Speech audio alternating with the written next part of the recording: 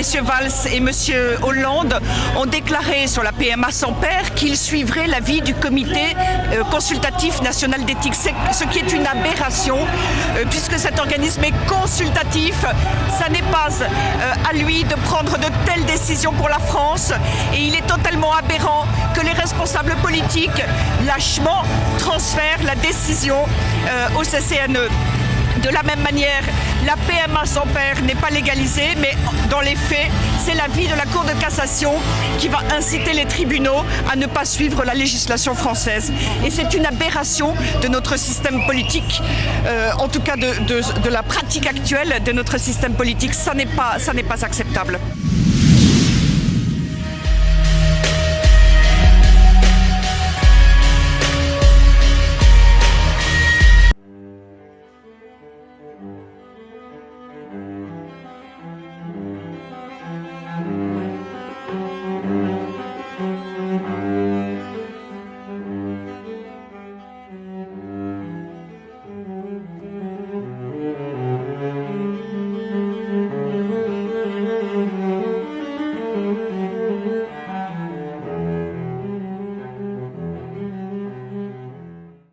Amis de TV Liberté, bonjour. Nous filons au cinéma avec Maxime Gabriel. Bonjour Maxime. Bonjour Anne. Avec Frédéric Pic. Bonjour Anne. Qui est revenu du Sud et nous en sommes heureux.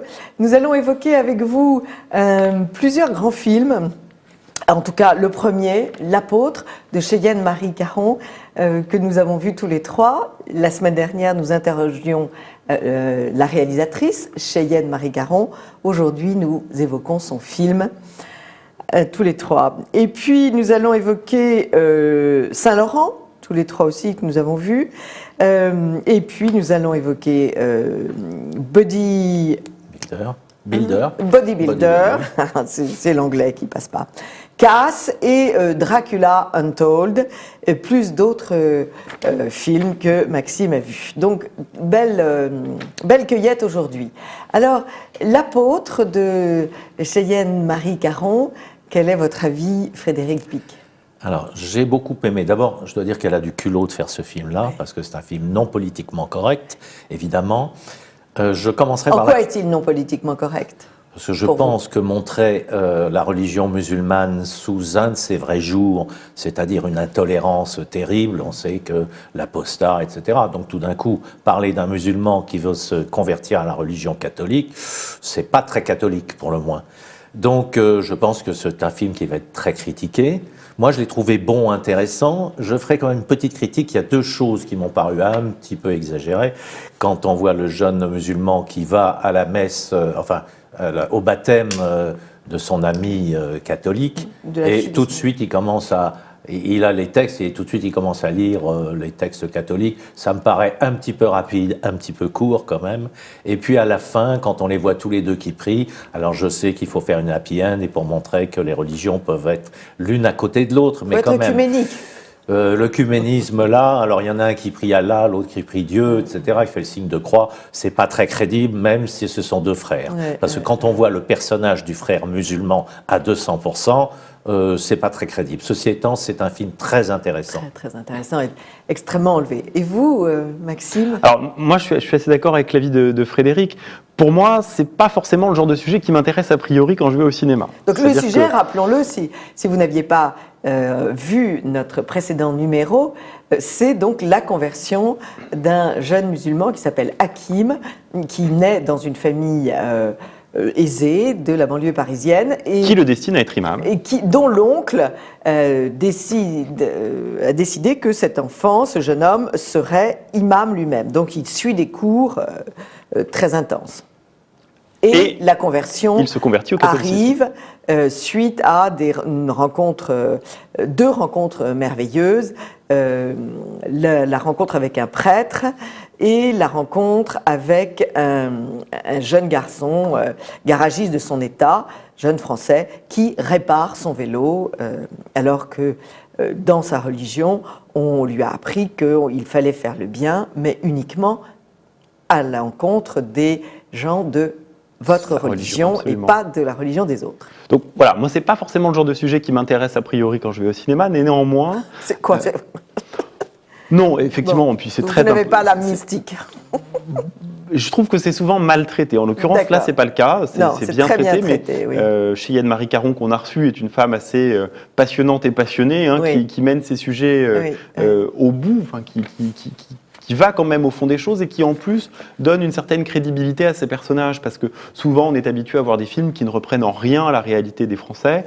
Là, on est dans une banlieue certes un petit peu aisé, mais enfin c'est pas non plus, on n'est ni à Neuilly, ni dans le 16e, ni dans le 93. Où il se passe quand même des choses tragiques, puisque la première scène, c'est l'étranglement d'une jeune femme par son compagnon.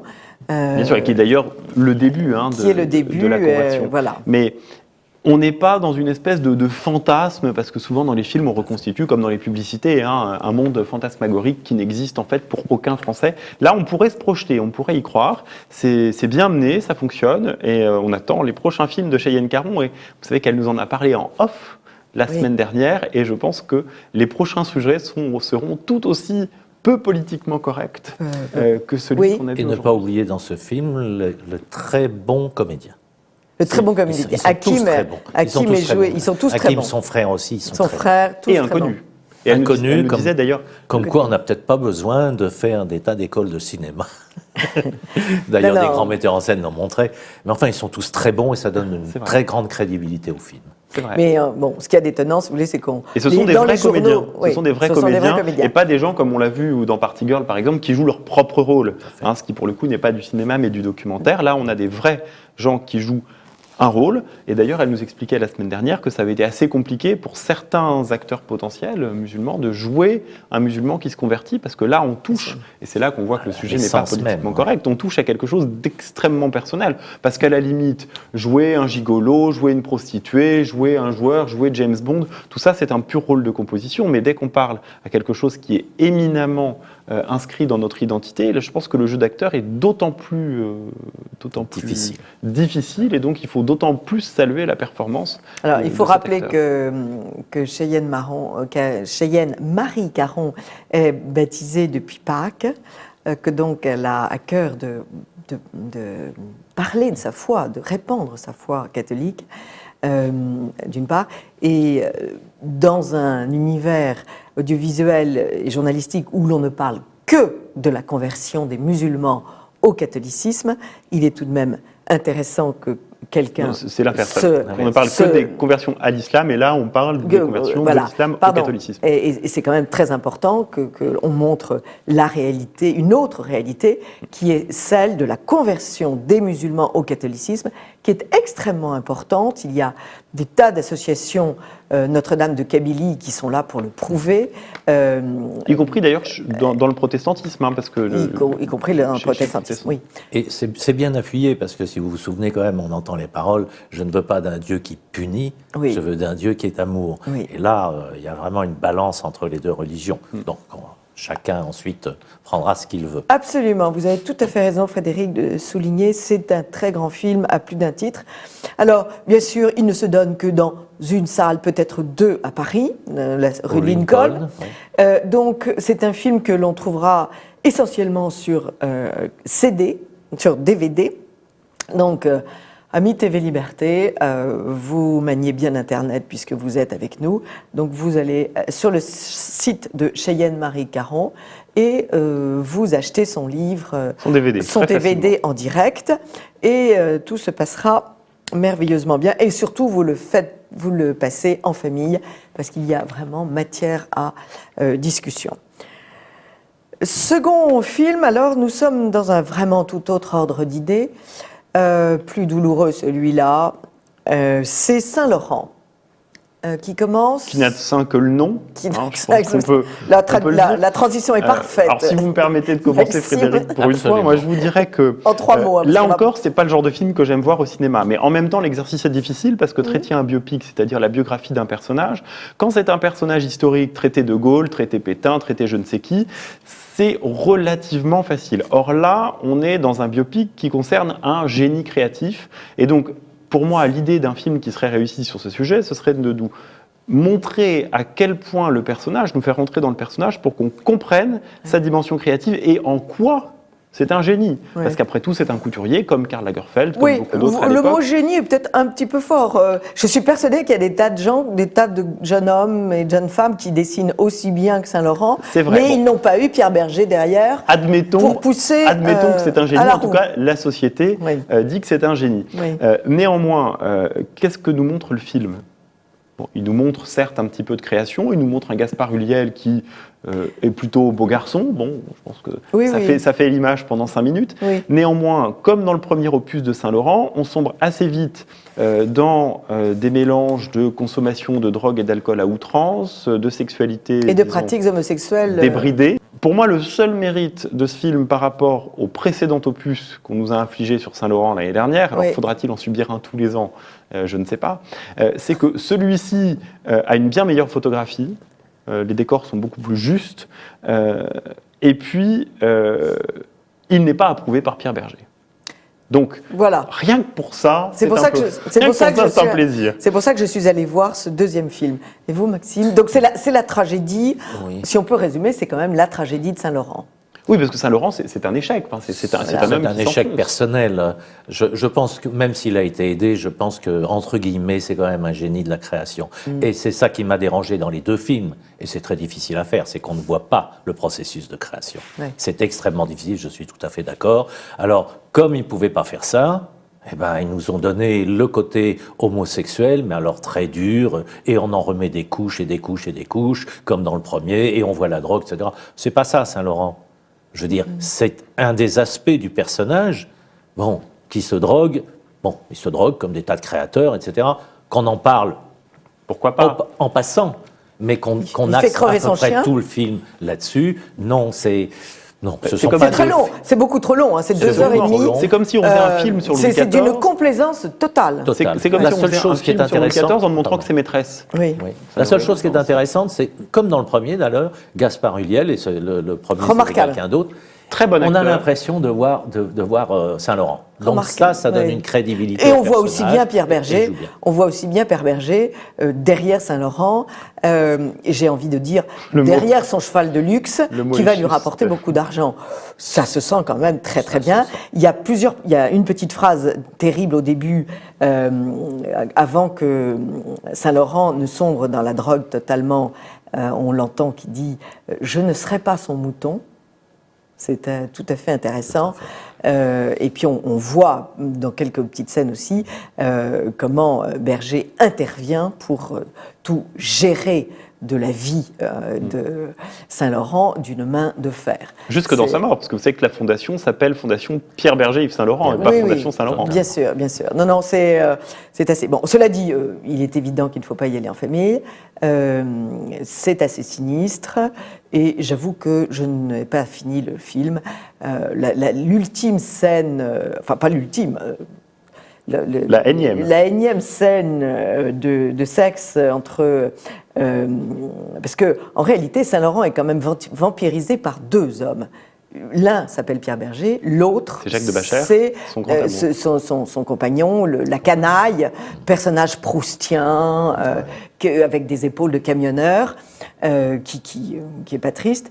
Et dans une des scènes avec donc ce camionneur, très bien habillé, on a du bac. Autre film, Frédéric. Autre film, Le Casse, ça s'appelle. Alors c'est de Nadège Tribal. Alors ça, je le recommande parce que comme film raté, ça n'est même pas un film, on se demande si c'est un documentaire.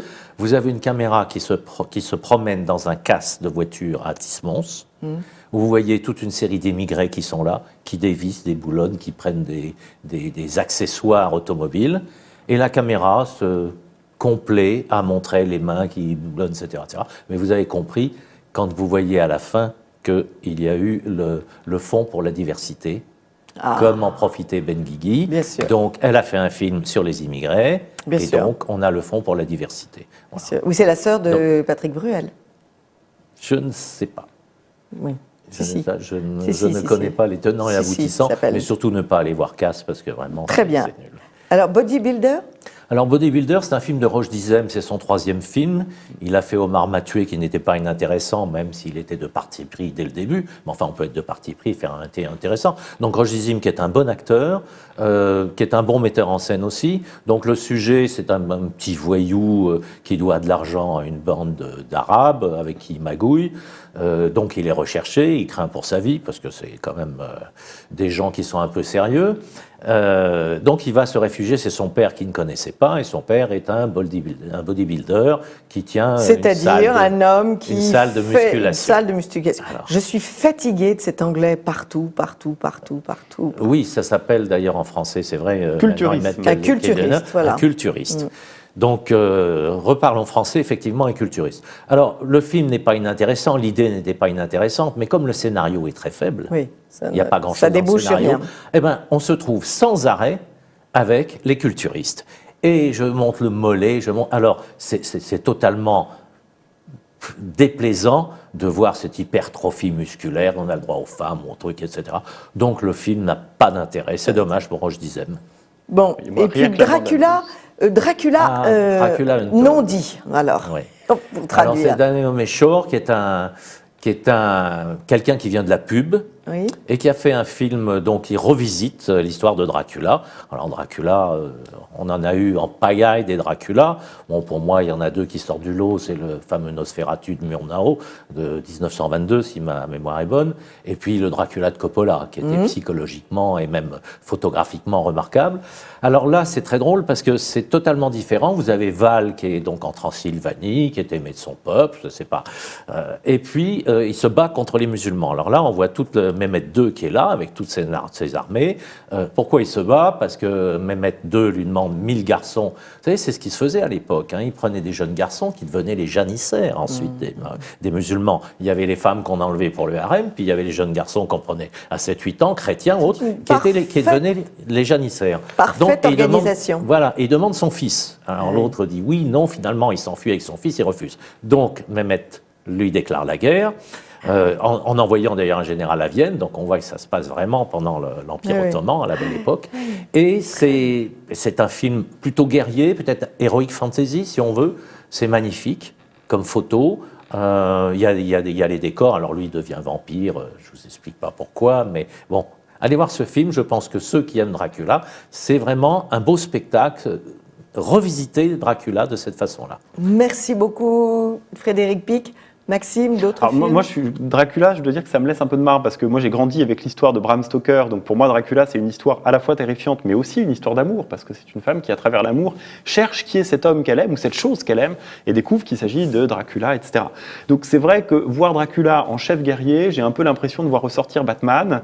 J'attends la coccinelle fait du grand 8 et j'attends le gendarme de Saint-Tropez sur la Lune. Enfin, bon, qu'est-ce que vous avez pour vu? moi, est du même acabit. Moi, j'étais tellement déprimé par les sorties cinéma de la semaine, que je suis retourné au Grand Action dans le 5e arrondissement voir un vieux film qui s'appelait Party Girl en anglais, qui s'appelle Le Traquenard en français, qui n'a rien à voir avec le Party Girl qu'on a vu récemment, qui est en fait à la fois une histoire d'amour et une histoire plus ou moins politique qui se passe pendant les années 30 à Chicago, avec un grand méchant qui est une sorte de Al Capone local, qui a son avocat, et puis son avocat tombe amoureux d'une jeune fille qui danse dans un des nombreux cabarets du méchant en question, jusqu'au moment où l'avocat veut se retirer, le grand méchant ne veut pas et le menace, il lui dit « si tu te retires, tu connais tous mes secrets, un accident est vite arrivé, une fiole de vitriol sur le visage de ta belle, etc. etc. » Et puis cet avocat, qui est brillant, qui est touchant, réussira à gagner, parce que quand même on est dans le cinéma des années 50, donc le happy end, ça compte. Et de rigueur. C'est beau. Alors évidemment, c'est un film qui n'est pas restauré, etc. Donc on le voit dans son originalité, donc la photographie n'est pas aussi belle qu'on pourrait le vouloir, mais ça fonctionne, ça marche, c'est du grand cinéma hollywoodien, avec des acteurs qui sont beaux, le héros est toujours brun, en sortant, vous voyez, vous et moi, Frédéric, on aurait été des losers dans ce cinéma des années 50. C'est l'avocat qui bégaye, ou le meilleur ami cocu. Ou, les blancs deviennent de plus en plus des losers. C'est ça, ou le policier, vous savez, le policier un peu gros qui se fait tuer au début, etc. Il y a toute une thèse à ce sujet, Frédéric, et nous en parlerons, sur le blanc qui devient un perdant dans le cinéma. on en reparle. En tout cas, oui. L'idée, on peut aller le voir. L'idée, c'est quand même, quand le cinéma n'est pas très bon, comme c'est le cas en ce moment, retournons voir les films anciens. C'est toujours, c'est dans les vieux pots qu'on fait les meilleures soupes. Et au moins, on est sûr de passer un bon moment, ce qui n'est pas vraiment le cas avec Bodybuilder ou La Casse. Merci beaucoup à tous les deux. Donc, nous avons évoqué L'Apôtre, que nous avons beaucoup aimé. Nous avons évoqué Saint-Laurent, que nous vous avons moins aimé, et finalement, c'est le premier qu'il vaut mieux voir, quand on aime les beaux dessins de Saint-Laurent. Nous avons évoqué aussi donc Bodybuilder, Casse et Dracula Untold. Voilà, chers amis, à tout de suite pour une autre chronique de Perles de Culture.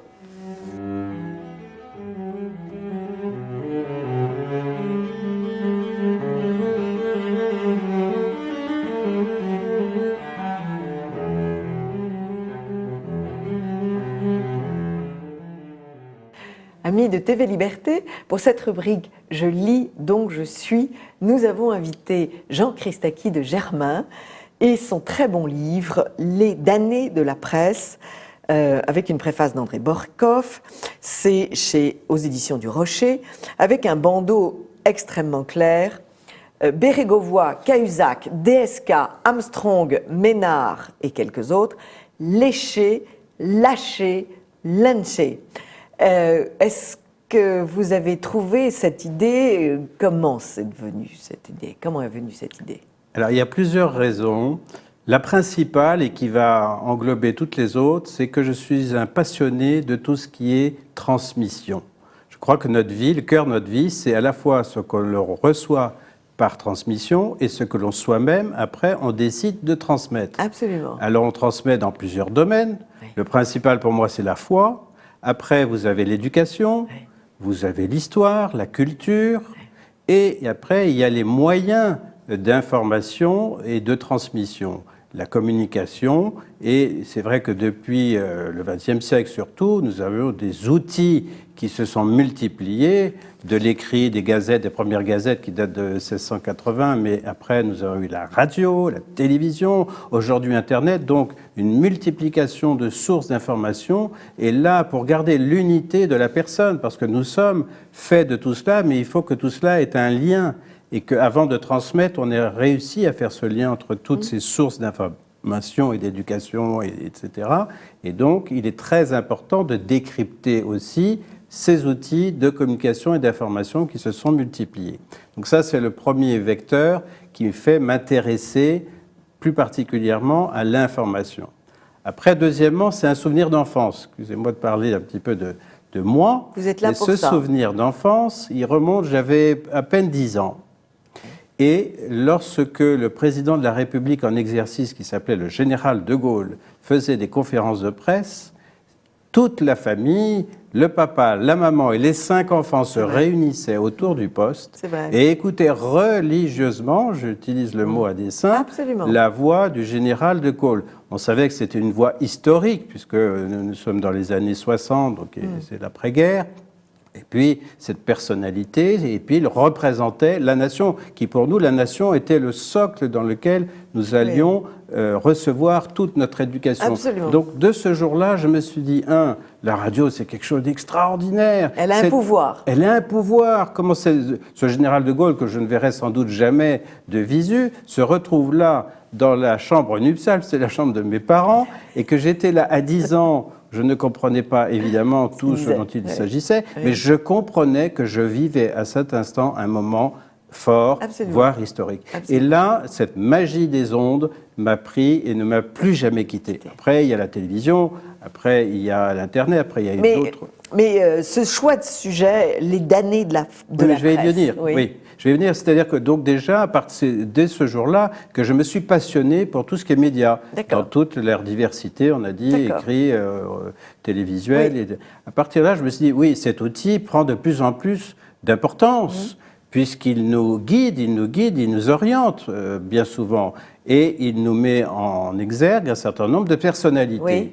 Puis, soudain, il nous les broie, il nous les détruit, il nous les fait disparaître du champ public, etc. Donc, ce pouvoir immense, j'ai voulu le comprendre, comment il s'exerçait. À partir de là, je me suis intéressé à des personnalités. Alors, j'ai voulu m'occuper du domaine politique, artistique et sportif, pour ne pas rester simplement dans la sphère politique, et voir comment des personnalités emblématiques qui étaient aux avant-postes, je dirais, des médias, se sont retrouvées à un moment donné broyées, éliminées du champ médiatique. Je voulais comprendre le processus. Qu'est-ce qui fait? Comment ce pouvoir peut-il s'exercer à ce point-là? Pour que nous ayons quand même notre libre arbitre par rapport à ces personnalités. À nous, normalement, de savoir si elles sont compétentes, si elles correspondent à une attente que nous pouvons avoir dans les domaines que j'ai cités, ou bien si ce sont les médias qui vont décider pour nous à tout instant celui qui est bon et celui qui n'est pas bon. C'est comme une réflexion, oui, ça pourrait aussi s'appeler réflexion sur des icônes médiatiques. Exactement. Mais votre réflexion est très intéressante parce qu'elle prend des allures différentes selon chaque personnage. Et je dois dire aussi que votre livre est très littéraire parce que vous êtes un littéraire, vous êtes le fils d'un brillant esprit, d'un grand poète, Karl Christaki de Germain, et on sent votre livre pétri de civilisation et de culture, ça c'est sûr. Alors, comment est-ce que vous avez choisi vos personnages? Alors évidemment, le premier, c'est Salingro, puisque c'est le cas le plus... C'est celui pour lequel je remonte le plus dans le temps, mais qui, par lui-même, est quand même le plus emblématique, c'est-à-dire du pouvoir excessif des médias, puisqu'ils vont mener une campagne tout à fait agressive, qui va conduire l'homme qui n'était pas n'importe qui, donc ministre de l'Intérieur, du Front populaire, anciennement maire de Lille, enfin quelqu'un qui avait mené une carrière politique à la force du poignet, d'une force de caractère, et qui, par une attaque virulente donc de la presse, en particulier Gringoire, qui a été le plus en pointe dans cette campagne contre lui, l'accusant de puire des mots, c'est-à-dire d'avoir été déserteur, voire d'intelligence avec l'ennemi pendant la Grande Guerre, ce qui était le crime affreux dans ces années-là. Voilà. Et malgré alors toutes les enquêtes, il y a le général Gamelin qui a été chargé d'une enquête, il a été tout à fait blanchi, Léon Blum mais qui a rien voulu que les députés se prononcent, toutes les alors, ce qui est intéressant, c'est que... ont montré son innocence. Donc, il se suicide, tout le monde le sait. Ce qui est très intéressant, c'est qu'on dit après plus jamais ça, et en réalité, le petit jeu n'a jamais cessé. Ce petit jeu qui consiste à descendre, à célébrer d'abord, à ne jamais dire la vérité sur les personnages et après à les faire tomber. Je voudrais juste une petite précision. Ce livre n'est pas un pamphlet, un brûlot contre la presse. Parce que, je le dis bien au début du livre, en fait, j'aime beaucoup les médias. Je les aime, je les trouve nécessaires. Et j'avoue que j'ai beaucoup de plaisir souvent à écouter une émission à la radio, à la télévision. Donc ce n'est pas une attaque en règle contre les médias. Ce n'est pas non plus une attaque en règle des personnalités que j'ai choisies qui auraient, par leur culpabilité, mérité leur sort médiatique. Donc, je ne veux pas une approche et une lecture manichéenne, parce que j'en ai un peu assez que le monde soit organisé de telle manière qu'il est bon, les méchants, et que, alors, si moi je suis de tel bord, je vais forcément dire que lui, il est méchant et lui, il est bon. Non. J'ai voulu transgresser tout ça. Votre livre est plein de nuances. Parce que pour moi, le lecteur, il est adulte, il a son libre arbitre. Il faut simplement lui rappeler, parce que ce sont des cas emblématiques, mais parfois on a oublié un petit peu comment ça s'était passé dans le détail. Donc je redonne tout cela avec une perspective, et le lecteur, il est bien suffisamment adulte, éclairé pour se dire, là les médias sont allés beaucoup trop loin, là les médias sont allés à contre-emploi, là les médias n'ont pas fait leur travail. Là les médias n'ont pas fait leur travail. Ainsi, l'histoire extraordinaire de Armstrong, donc ce grand coureur américain qui gagne 7 ou 8 Tours de France. Et vous expliquez très très bien qu'en réalité, c'était le Tour de France qu'il ne fallait pas abîmer. Voilà, on a créé un mythe. Il y a le culte de ce Tour de France qui réunit, je crois que c'est l'événement sportif qui réunit le plus de population sur les routes. Enfin, c'est très, très populaire. Et vous montrez aussi que c'est un spectacle télévisuel, et je le sais puisque j'ai un mari qui le regarde de façon très, très régulière et qui m'invite à le regarder aussi.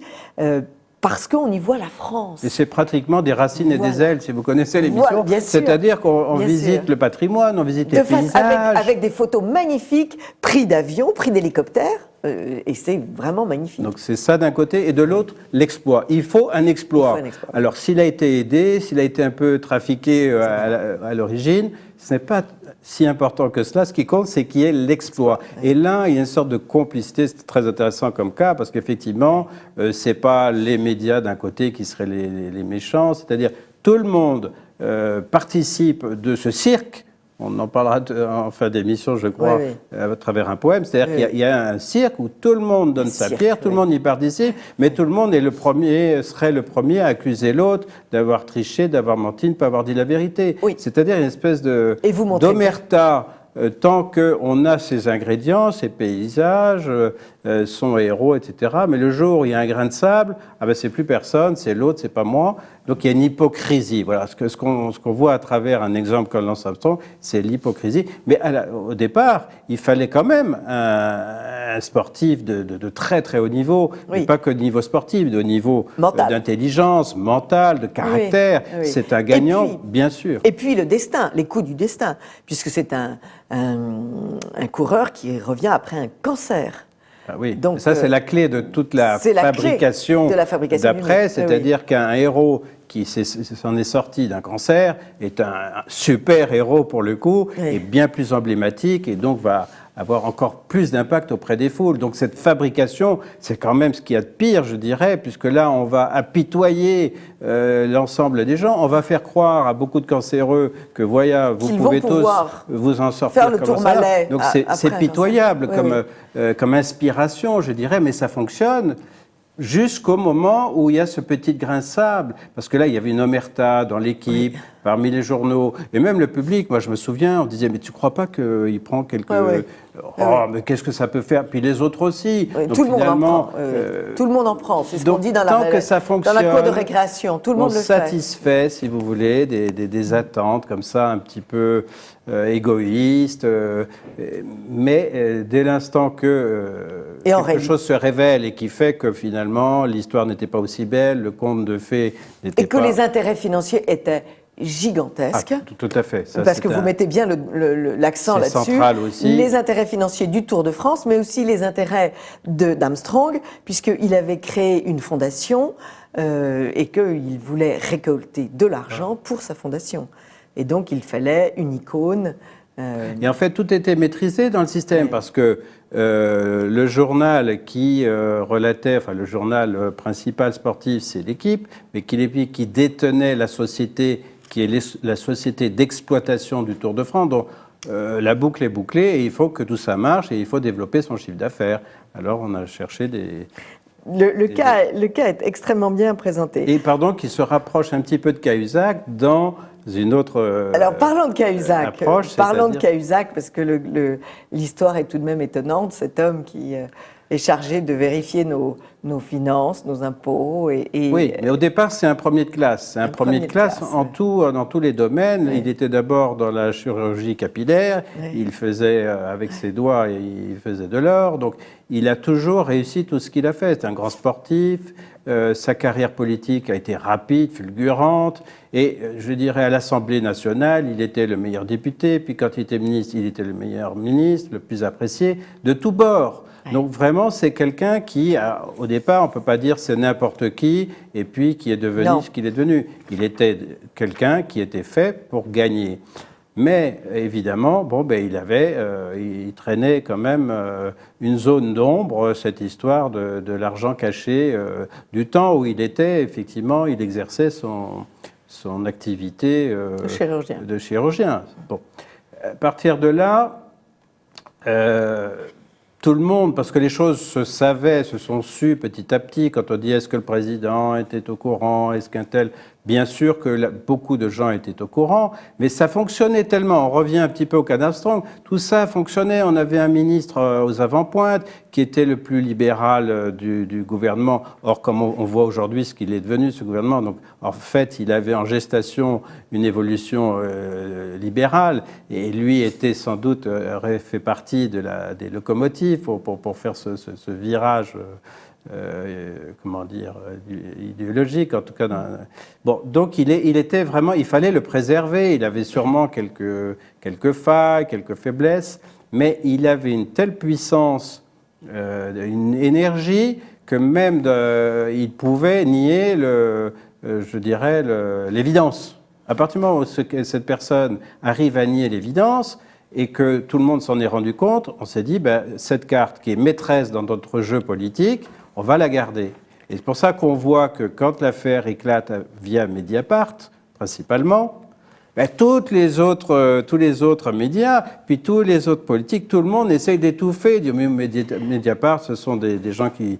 Alors Jean, l'émission est très rapide, et donc oui. Il faut montrer comment votre livre est fait. Et dans l'affaire de Cahuzac, ce qui est très drôle, c'est que vous imaginez des dialogues entre Cahuzac et carrément Saint-Augustin, Tartuffe, Don Juan. Voilà, parce là, que vous êtes vraiment amusé. Très souvent, pour parler d'une personne... Mercure, Fouquet. Pour parler d'une personne, très souvent, il faut la mettre en relation avec d'autres. Et c'est dans la relation avec d'autres qu'elle apparaît encore mieux ce qu'elle est. Oui. Et donc, j'ai voulu, à travers l'histoire ou la littérature, effectivement, le confronter à des personnalités aussi qui ont marqué leur temps. Donc, il y a, comme vous le disiez, il y a Fouquet, il y a Colbert, il y a Dr Knock pour son première étape de sa vie. C'est très intelligent. Et puis Tartuffe, parce que quand même Tartuffe, qu'on connaît bien et qui, dans la tartufferie, puisque c'est même passé dans le langage courant, était quand même un expert, et bien il a trouvé presque son maître, et son maître c'est Cahuzac. Donc j'ai inventé un dialogue entre Tartuffe et Cahuzac. C'est un livre plein d'inventions et très, très intelligent. Guémard et ses 8 enfants et son grand appartement, Dumas, Baudis, Bérégovoy, Cresson. Nous allons, et aussi Soulitzer, Christine Boutin, nous allons terminer cette émission parce que vous allez nous lire un très beau poème de votre père, Karl Christaki de Germain, qui justement présente ce cirque médiatique. Voilà, parce que finalement, on a tous nos convictions. Il faut vous écouter. À un moment donné, il y a le jeu, la comédie humaine, comme dirait Balzac. Le poème s'intitule « Le tribunal des fous ». Au tribunal des fous, qui se tient dans un cirque, l'on jugeait hier tout un gang de nains sadiques. Monsieur Loyal nous vint, gants blancs inimitables, annoncer de ces nains le crime épouvantable. Ayant pu kidnapper Hugo, le géant rouge, il l'avait découpé vif avec une gouge, puis il l'avait mangé tout cru par représailles afin de se venger, disait-on, de sa taille.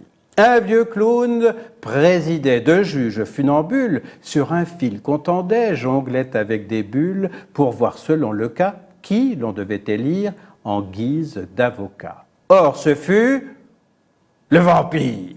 Il arrive tout noir et les dents effrayantes. Les nains sur leur perchoir sont saisis d'épouvante.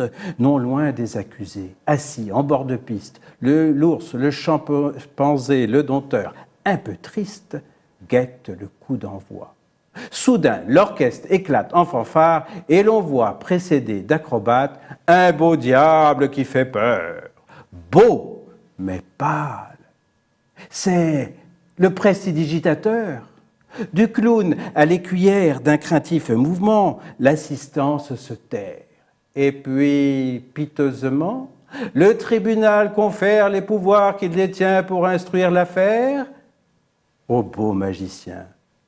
Du coup, notre vampire ôte sa toge et dans un grand cri se déchire le cœur avec ses dents. Adieu toute défense, et le cirque interdit entend dans le silence tomber le lourd verdict. La forfaiture est nette, ô nains. J'ordonne qu'on vous mette à bouillir à l'instant. Là, L'élégant Lucifer met la bande assassine à cuire à feu d'enfer. Grandes flammes surgissent, les cuivres se déchaînent et les fauves rugissent en tirant sur leurs chaînes. Et puis plus rien. D'un coup de baguette magique, l'homme a rompu le cou de l'horrible musique. La bassine a perdu son couvercle, elle est vide. On regarde partout un peu perdu, timide, et que voit-on là-haut, devisant à leur aise, le bon géant Hugo et les nains au trapèze. Loyal et chimpanzé, juge, clown, écuyère, mime au rictus usé qui pouffe par derrière. Géant, magicien, dompteur, ours, vampire, acrobates et nains se déhanchent de rire. Ils referont pour vous demain le même cirque au tribunal des fous. Et maintenant, musique. L'homme serait un peu fou de croire identique le tribunal où Dieu jugera notre cirque. Merci beaucoup, Jean Christakis. Ce poème, vous le trouverez dans les damnés de la presse et bien d'autres portraits illustrant en effet le cirque de la Terre. Merci beaucoup. À très bientôt, chers téléspectateurs, pour une autre rubrique de Perles de Culture.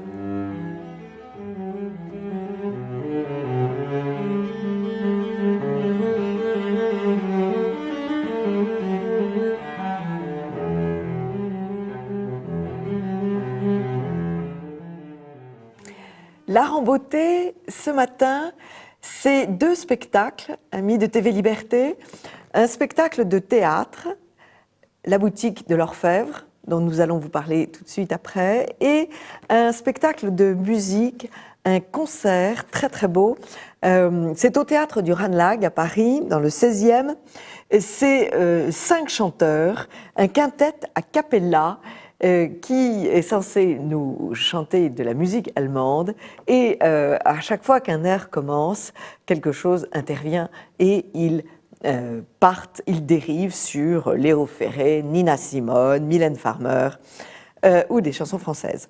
Donc c'est un très bel exercice vocal et théâtral parce qu'il joue remarquablement bien, et ça s'appelle donc Le concert sans retour, et c'est le groupe 5 de chœur qui assure ce spectacle qui est très enlevé et très plein de joie et de gaieté. On peut y aller bien évidemment en famille.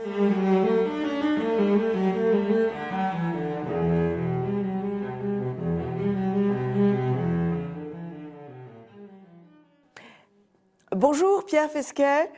Vous nous invitez pour cette rubrique L'art en beauté à voir un très beau spectacle, La boutique de l'Orfèvre, écrit par Jean-Paul II, Saint Jean-Paul II, dans la crypte de Saint-Sulpice.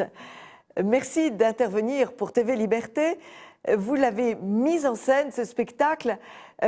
Comment le connaissiez-vous? Et c'est un texte qui est maintenant connu depuis une trentaine d'années ou 25 ans. Oui, exactement. C'est Jean-Louis Barrault qui, en fait, a enregistré une dramatique à la radio dans les années 80. Oui. Et Jean Offredo qui a édité cette pièce. Voilà. Et moi, je l'ai connue parce qu'on me l'a offert en cadeau de mariage. Et j'ai eu envie, ensuite, de la monter dans cette magnifique crypte Saint-Sulpice. Voilà. Joli cadeau de mariage, puisque c'est en effet une variation sur le mariage. Absolument. C'est une variation. Alors, pouvez-vous nous présenter ce texte? J'allais dire, il y a 3 couples qui vont lutter pour la survie de leur amour. Le premier ménage va être séparé par le veuvage, par la guerre. Le deuxième ménage a des problèmes de couple. Et puis le troisième couple de ce tableau, ce sont les enfants des 2 premiers ménages. Voilà. Donc ils ont tous un lien et ils se reflètent dans cette boutique de l'Orfèvre qui pour moi est Dieu qui crée les alliances. Voilà. Alors, vous montez cette pièce avec une jeune troupe de comédiens qui sont absolument remarquables. J'ai vu ce spectacle dans la crypte de Saint-Sulpice, sur la côté gauche. Hein, l'entrée de la crypte, c'est rue Saint-Sulpice. Et voilà. Cette troupe est jeune et vraiment excellente, joue remarquablement. Jean-Louis Barrault disait « Cette pièce est constamment le reflet de l'existence absolue et de l'amour. » Oui, absolument. J'allais dire, c'est le message sous-jacent du pape, c'est que aussi bien dans le veuvage que dans la crise de couple, ou bien les enfants qui se retrouvent à l'aurore de leur amour, qui vont se marier, il y a ce reflet de l'amour dans toutes les situations. Et le pape, c'est en quelque sorte l'orfèvre qui est dans cette vitrine vers lequel convergent tous les acteurs, tous les trois couples en quelque sorte. Absolument. C'était une très belle idée. Tout à fait. L'orfèvre, pour moi, c'est Dieu. Et puis, vous avez vu, il y a aussi Adam qui va essayer de réconcilier le couple qui s'abîme. Oui. Et pour moi, Adam, il a un visage christique. C'est notre Seigneur, en fait. Voilà. Bien sûr. Et Adam, c'est vous qui le jouez. Il y a un très joli passage. Il y a un très joli passage, Pierre Fesquet, c'est ce passage où cette femme qui est lasse de ce mariage qui ne lui apporte plus de joie, son mari s'est éloigné, ils se sont éloignés l'un de l'autre, et elle veut aller vendre son alliance. Et l'orfèvre lui dit non, elle ne pèse pas lourd, il me faut les deux, sinon ça ne peut pas. Il faut deux alliances, exactement, il faut deux alliances pour les faire bouger. Oui, c'est un très beau texte, donc je vous invite à aller à la crypte de Saint-Sulpice. Et puis alors, vous mettez en scène aussi un autre spectacle en l'honneur de Peggy, avec un grand comédien, avec Michel Lonsdal. Pouvez-vous nous en parler ? Voilà, c'est un spectacle qui s'appelle Entre ciel et terre, Peggy. Et nous le donnons à l'espace Bernanos demain soir à 20h30 et samedi soir à 20h30. Nous le donnons aussi à la Maison Saint-Charles à 19h, qui est place de la Convention, dimanche à 19h. Voilà. Et en fait, on revisite les différentes facettes de Peggy, le poète pèlerin, le poète artisan, le poète de l'espérance, avec ce magnifique texte de la petite espérance. Voilà. Et alors c'est à la fois Michel Lonsdal et c'est en même temps Peggy, c'est un très beau. Mais vous viendrez nous en parler quand ce spectacle va se mettre à tourner, Pierre Fesquet. Merci beaucoup d'être intervenu pour c'est moi qui vous remercie. TV Liberté et à très bientôt. À très bientôt. Au revoir madame, merci.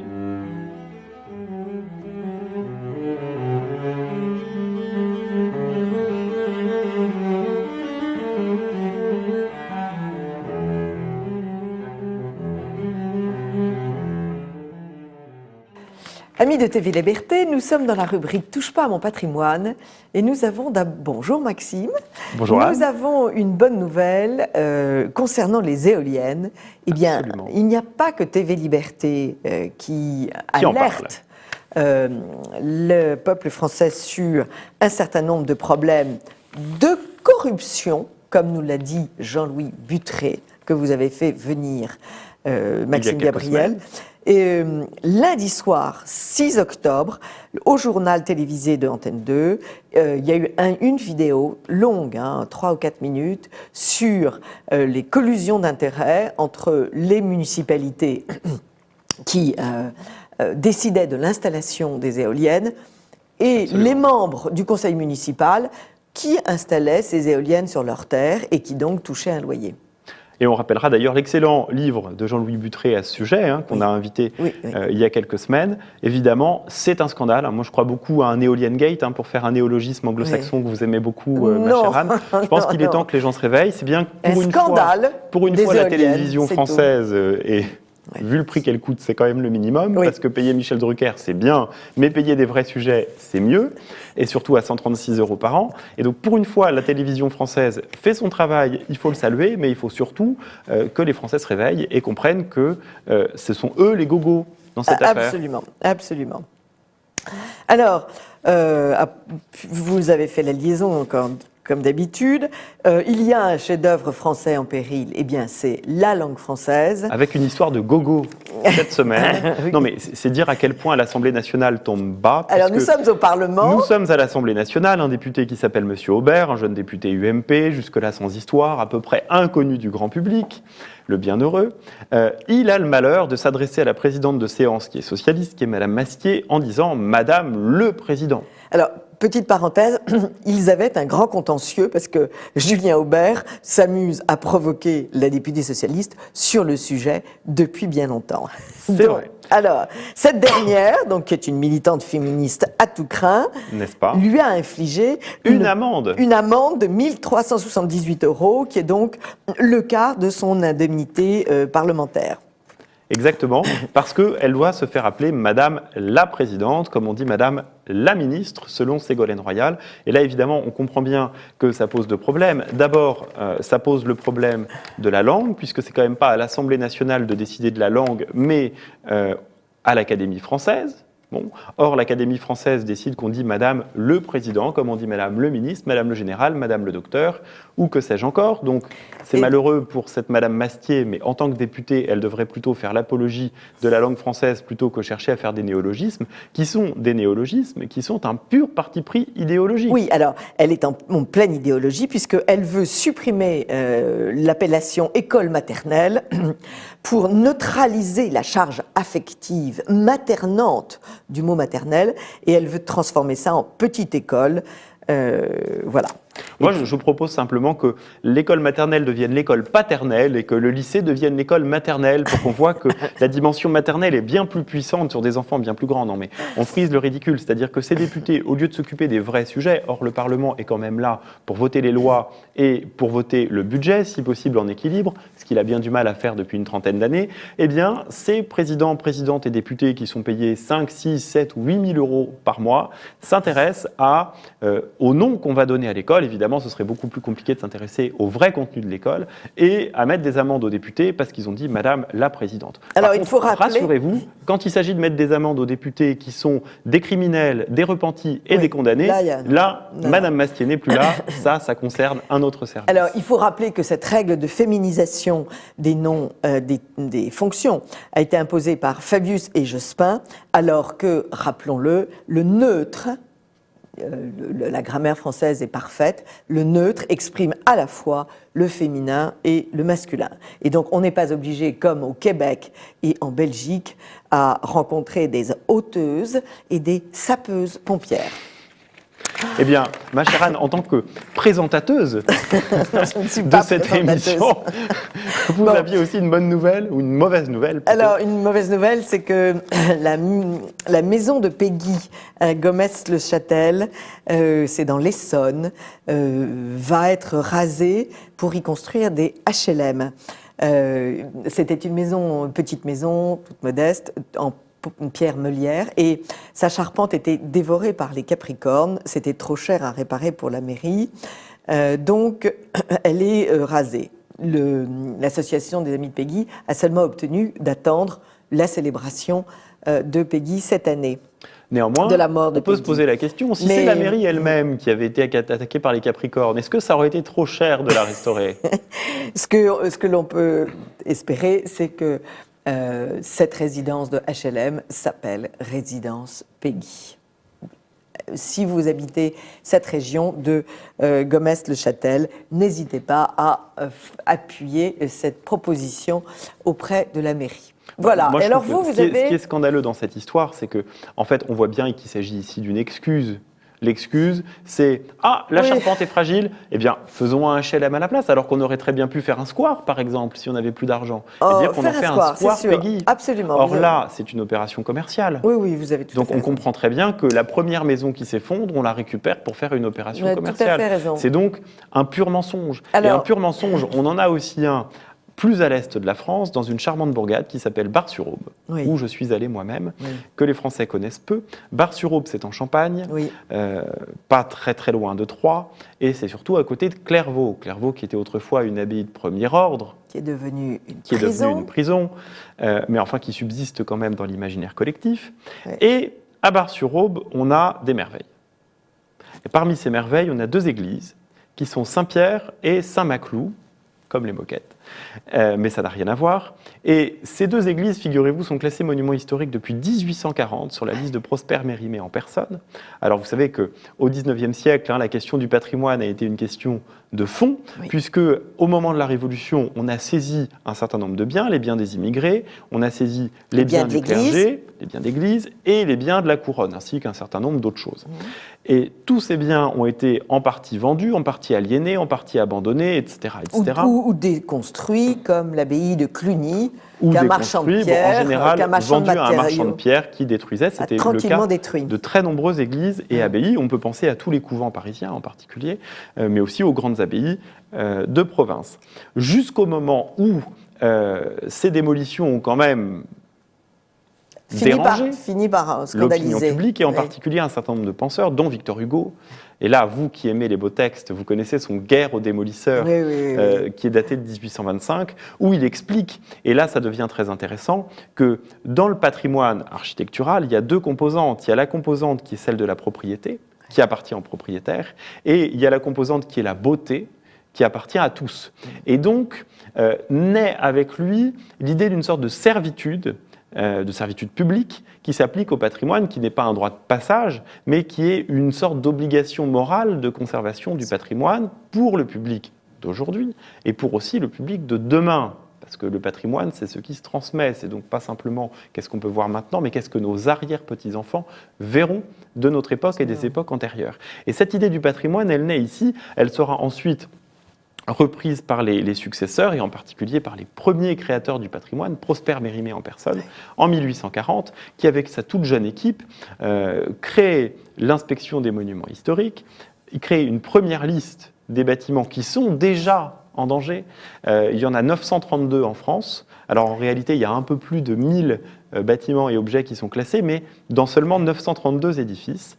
Et parmi ceux-là, vous avez les 2 églises de Bar-sur-Aube. Il y a 17 bâtiments qui sont classés dans l'Aube, tout simplement parce que un des membres de l'équipe de Mérimée, qui est du Sommerard et de l'Aube. Et donc, il se bat pour tous les bâtiments dans l'Aube. À telle enseigne que 2 églises sont sauvées à Bar-sur-Aube. Bar-sur-Aube, c'est une commune de 5000 habitants. C'était un peu plus, c'était 10 000 habitants à peu près à cette époque-là. C'est la seule commune en France de cette envergure qui a plusieurs bâtiments classés sur la liste de 1840. Songez que Troyes, par exemple, qui est une ville très importante, en a 4, dont sa cathédrale. Donc vous vous rendez compte qu'à l'échelle de la France, c'est pour une petite ville, parce que c'est une petite ville qui est même une toute petite sous-préfecture, c'est du pur favoritisme. Et alors, cette église, qui était déjà pas en très bon état au XIXe siècle, ne l'est plus du tout. Elle a une histoire qui en plus est assez singulière parce que figurez-vous qu'au départ c'était le château. Alors vous avez une tour-clocher dont le rez-de-chaussée est totalement vide puisque c'est l'endroit où passait la herse et le pont-levis. Il y a même encore la trace du passage de la herse. C'est donc tout à fait inouï, tout à fait rare. Et simplement, à partir du XIIIe siècle, l'ancien château de défense ne servait plus puisque les séparations au sein de la Champagne étaient devenues quelque peu inopérantes. Et donc on en a fait une grande église. Sauf qu'il y en a 2.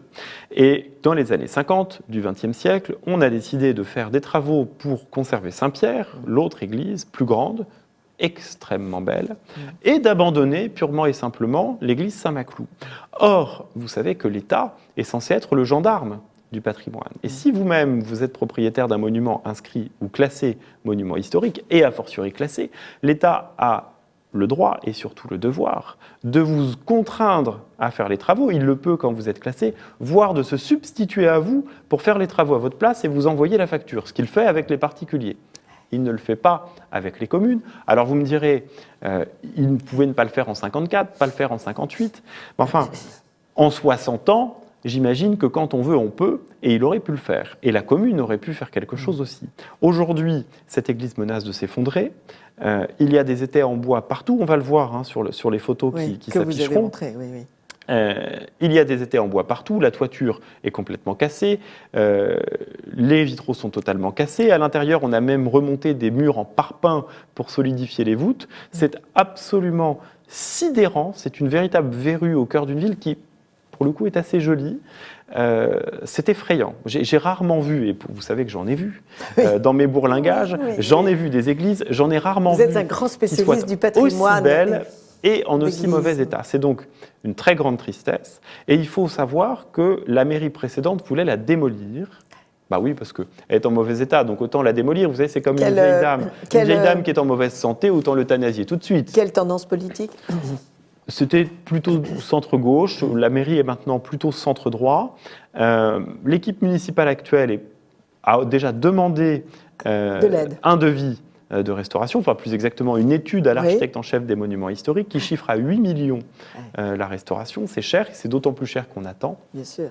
Il faut bien avoir conscience quand même que la mairie tient un double discours puisqu'elle dit « Mon Dieu, ça va coûter très cher, ce sera très difficile ». Donc là, j'invite ceux de nos téléspectateurs qui, quand ils entendent leur maire dire « ça coûtera très cher, ce sera très difficile », à voir qu'il y a un piège. C'est comme la maison de Peggy.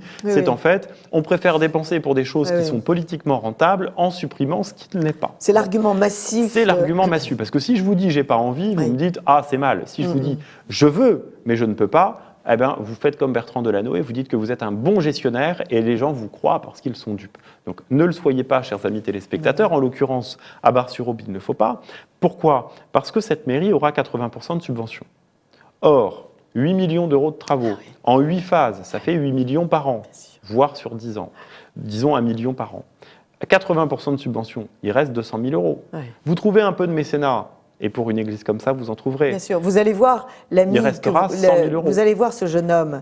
Le fameux Gonzague Brideau qu'on a reçu avec Monumail il y a quelques semaines. Rappelez-nous ce que c'est que Monumail. C'est la plateforme de financement participatif pour le patrimoine. Donc vous êtes seul devant un énorme problème, une église à rénover.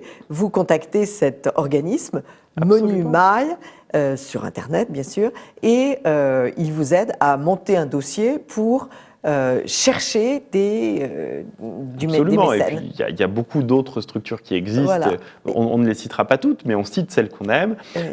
Donc en réalité, il restera à la charge de la commune peut-être une centaine de milliers d'euros par an. Or, la commune a 7 millions d'euros de budget.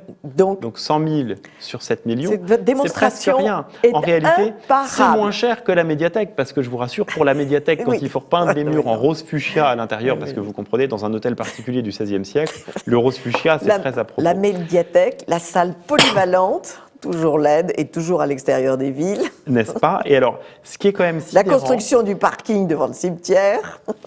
Les ronds-points, etc. Les ronds-points qui coûtent les yeux de la tête. Quand c'est pas la piscine municipale. La piscine municipale. Quand c'est pas la patinoire municipale. Ah, j'ai même mieux. On a eu une salle de judo intercommunale en Normandie. Ah oui. 14 000 habitants. Sur toute l'intercommunalité, 17 000 habitants, 2 750 000 euros pour le judo. Ça, c'est remarquable. Le tout, c'était en 2007, avait été financé par l'Élysée et par David Douillet, ministre des Sports. C'était absolument extraordinaire. Bien sûr, Rappelez-vous quand vous votez. Non, mais le judo est certainement très important. Mais, j'imagine mais si on doit détruire toutes nos églises... J'imagine que dans la communauté de communes Campagne de Caux, il y a une pratique du judo qui nous permet d'atteindre au minimum les Jeux Olympiques. Mais pour en revenir à Bar-sur-Aube, ce qui est quand même scandaleux, c'est que cette église est fermée. Or, elle ne devrait pas l'être, puisque, comme je le disais, il y a, en citant Victor Hugo, il y a la composante patrimoniale, la mairie est propriétaire et donc elle laisse se détruire un bien qui est sa propriété. Et deuxièmement, il y a la composante qui est celle de l'intérêt général, de la beauté, qui appartient à tous, nous dit Victor Hugo. Or, de beauté, il n'en est plus question, et là, elle n'appartient plus à personne puisqu'elle n'existe plus. Donc la mairie trahit ses électeurs puisqu'elle détruit leur patrimoine, elle trahit aussi les Français puisqu'elle n'entretient pas, elle ne conserve pas cette beauté qui est censée appartenir à tout le monde. Et ça va plus loin parce que non seulement il y a l'extérieur, mais il y a l'intérieur. Or, à l'intérieur, il y a des trésors. Il y a notamment un hôtel de Bouchardon, un hôtel en bois doré absolument superbe. Il y a des grilles, je vous parlais de Clairvaux tout à l'heure, ce n'était pas en vain, puisque dans cette ville qui est juste à côté de Clairvaux, il y a toute une série de choses qui viennent de Clairvaux, en particulier une très très belle grille qui clôture l'hôtel en fer forgé avec des dorures absolument sublimes du XVIIIe siècle, réinstallée dans cette église Saint-Maclou. absolument invisible. Il y a des hôtels, il y a une collection de statuaires absolument somptueuse. Beaucoup d'églises, il y a au moins une trentaine de statues classées monuments historiques à Saint-Maclou, à Bar-sur-Aube, et la mairie n'en a même pas conscience. C'est-à-dire qu'ils n'ont même pas conscience de tout l'intérêt de ce patrimoine. Tout ce qu'ils en voient, c'est le coût. Et donc, ce qu'ils disent, c'est ça coûte cher. Et donc, c'est là qu'on voit que, premièrement, l'État est démissionnaire, comme les communes, parce que là, l'État qui est un gendarme aurait dû taper du poing sur la table depuis bien longtemps. Vous vous rendez compte, c'était avant Malraux. Oui. Avant mais il n'y a pas une C'était volonté. avant votre naissance. On sent bien qu'il y a une absence de volonté de Et donc, ça veut rénover dire quoi? ces bâtiments. On l'a déjà dit ici à plusieurs reprises, ça veut dire que c'est maintenant les citoyens qui doivent se mobiliser et faire pression sur les élus. Et je sais qu'ici, en particulier, nos téléspectateurs sont des combattants. Et donc là, c'est le genre de sujet sur lequel il faut être combattant sans être dupe. Parce que la preuve est faite. Même un monument classé monument historique peut être détruit ou abandonné dans notre pays sans que l'État, qui est censé être le défenseur du patrimoine pour les plus faibles, parce que là, il s'agit d'un devoir de police pour nos enfants, pour nos petits-enfants qui n'existent pas encore. Il ne s'agit pas d'aider les riches, parce que le patrimoine, ce n'est pas que pour les riches, c'est surtout pour les pauvres. Non, et puis, rappelons cette phrase très belle de Lavarande, je crois, qui disait qu'une riche église, c'était le trésor des pauvres. Quand ils allaient à l'église et que tout était doré, c'était un très grand bonheur pour les pauvres gens. Et Dieu sait qu'en Normandie, il y en a beaucoup. Et Dieu sait qu'en dans la Normandie, région de la Varande. Il y en a beaucoup. Est-ce qu'on visite Clairvaux? Qu'est-ce qui est devenu Clairvaux? C'est toujours une prison? Clairvaux, il y a la partie moderne qui est une prison, oui. et les bâtiments anciens qui étaient prisons, qui sont maintenant en train d'être restaurés, y compris la prison elle-même d'ailleurs, qui était dans un état de délabrement absolument désespérant, et d'ailleurs assurait aux détenus un mode de vie qui était assez peu conforme aux droits de l'homme. Mais l'abbaye est maintenant en partie visitable, donc on peut y aller aussi, on peut profiter du week-end pour aller visiter à la fois Troyes, qui est une ville admirable pour sa cathédrale, pour le musée d'art moderne de la ville de Troyes, qui vaut largement celui de Paris avec la collection Lévy, qui est à voir absolument, pour les églises de Bar-sur-Aube, Saint-Pierre, mais aussi Saint-Maclou, qu'on ne peut voir que de l'extérieur. Moi, j'ai pu aller à l'intérieur, mais ça, malheureusement, c'est impossible. Rien ne vous résiste. Et donc, bien entendu, Clairvaux. Clairvaux, qui est juste à côté. Et on n'échappera pas d'ailleurs à l'espèce de coron local, qui est l'endroit où habitent les gardiens de la prison et qui est d'une laideur. Je voudrais ajouter que ce texte, Guerre aux démolisseurs, nous l'avons retrouvé tous les deux dans ce beau livre, La grande pitié des églises de France, de Maurice Barrès. On l'avait déjà lu en partie ici, voilà. C'est vrai, dans une de nos premières émissions. Une de nos premières émissions. Et c'est un très beau texte. Très beau texte de Victor Hugo parce que d'abord il est éminemment bien écrit, mais il parle du patrimoine avec amour. Or c'est le début, on est en plein romantisme, puisque autrefois le patrimoine était vu comme une sorte d'héritage. On continuait de l'entretenir parce qu'il était là, mais sans respect particulier pour quelque chose qui était ancien, qui était souvent vu d'ailleurs comme une relique pas très intéressante. Et là cette notion romantique d'amour du patrimoine, de conservation du passé, naît avec Victor Hugo, qui l'exprime avec un vrai talent. Et donc, on peut peut-être donner un devoir de vacances à nos téléspectateurs et leur dire d'aller sur Internet. On trouve très facilement le texte de Guerre aux démolisseurs. Vous tapez Guerre aux démolisseurs, Victor Hugo 1825, dans votre moteur de recherche favori, qui peut être français ou américain, et qu'on ne citera pas. Et c'est un bon moment de lecture et de réflexion sur le sens du patrimoine. Merci beaucoup, Maxime Gabriel. À la semaine prochaine pour une nouvelle émission de Perles de Culture.